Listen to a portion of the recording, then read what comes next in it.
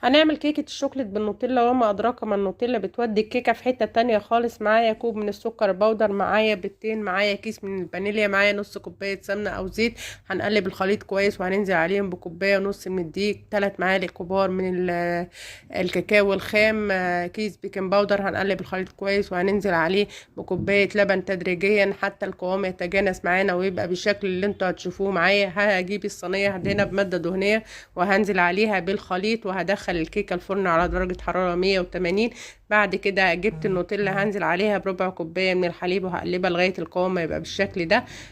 الكيكه هتطلع من الفرن، هنعمل فيها سكوب وننزل عليها بكوبايه من الحليب لغايه ما يتشربها خالص. وبعد كده هننزل بالنوتيلا عليها، وهنزين الكيكه بشويه كاكاو كده، وزي ما انتم شايفين بالطريقة دي. وبعد كده الكيكة بقت غرقانة في النوتيلا، وما أدراك ما النوتيلا. شوفوا شكلها عامل ازاي، وبألف هنا.